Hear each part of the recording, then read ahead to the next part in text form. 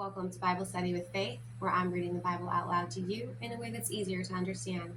This is the book of Numbers, and we are on chapter 32. The Reubenites and Gadites, who had very large herds and flocks, saw that the lands of Jazer and Gilead were suitable for livestock. So they came to Moses and Eleazar the priest and the leaders of the community and said, Ataroth, Dibon, Jazer, Nimrah, Heshbon, Eliah, Sabam, Lebo, and Beyan. The land of the Lord subdued before the people of Israel are suitable for livestock, and your servants have livestock.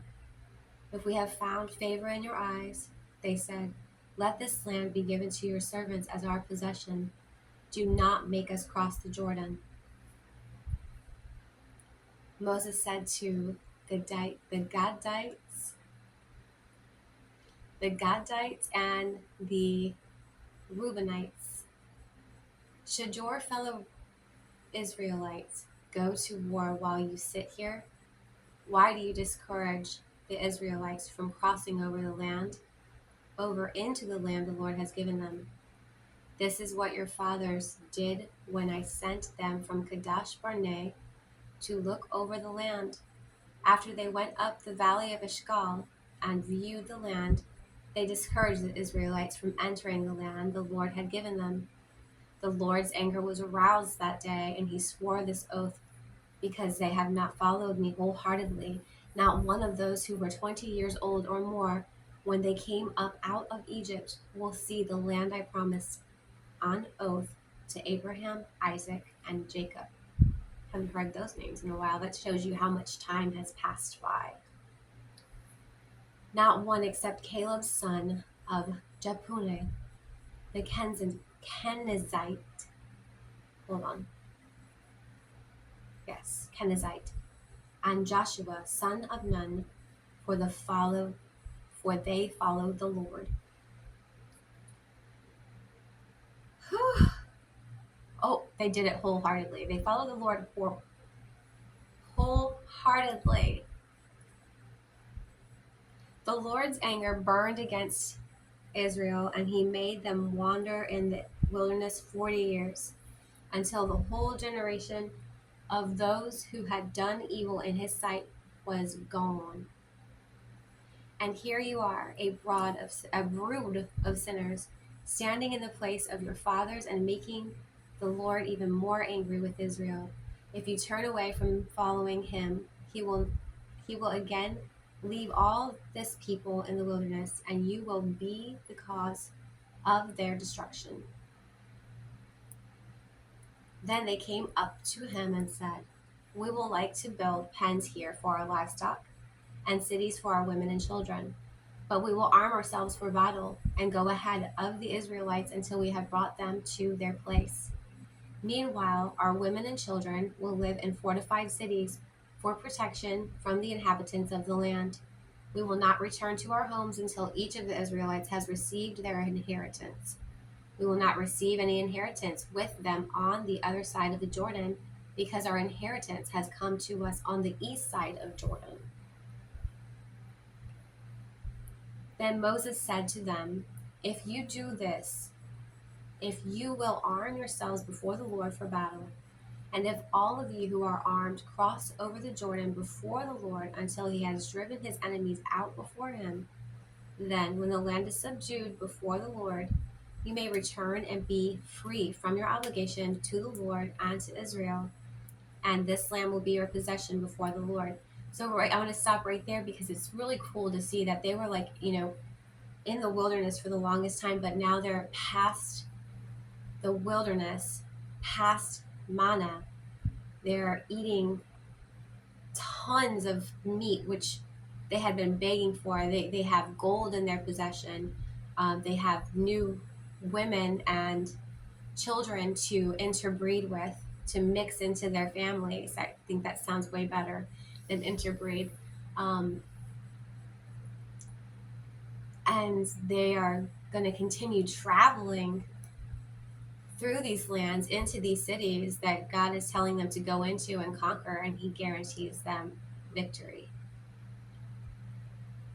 But if you fail to do this, you will be sinning against the Lord, and you may be sure that your sin will find you out. Build cities for your women and children and pens for your flocks, but do what you have promised. The Gadites and the Reubenites said to Moses, "We, your servants, will do as your Lord commands. Our children and wives, our flocks and herds will remain here in the cities of Gilead. But your servants, every man who is armed for battle, will cross over to fight before the Lord, just as our Lord says." Then Moses gave orders about them to Eleazar the priest and Joshua son of Nun and the family heads of the Israelite tribes. He said to them, "If the Gadites and the Reubenites, every man armed for battle, cross over the Jordan and you before the Lord, then when the land is subdued before you, you must give them the land of Gilead as their possession. But if they do not cross over with you armed, they must accept their possessions with you in Canaan." The Gadites and the Reubenites answered, "Your servants will do what the Lord has said. We will cross over before the Lord into Canaan armed, but the property we inherit will be on this side of the Jordan."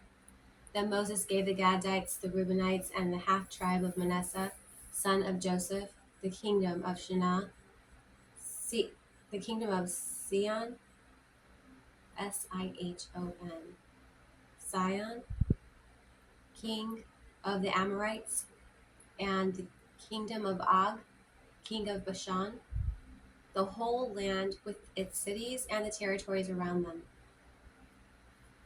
The Gadites built up Dibon, Ataroth, Aror, Atroth, Sophon, Jazir, Jogbeba, Beth Numri,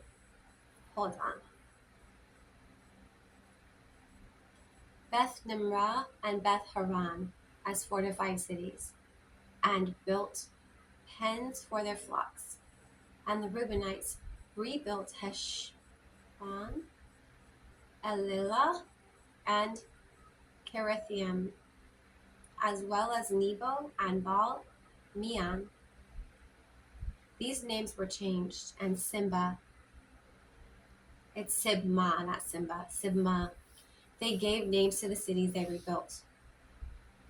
The descendants of Machir, sons of Manasseh, went to Gilead, captured it, and drove out the Amorites who were there.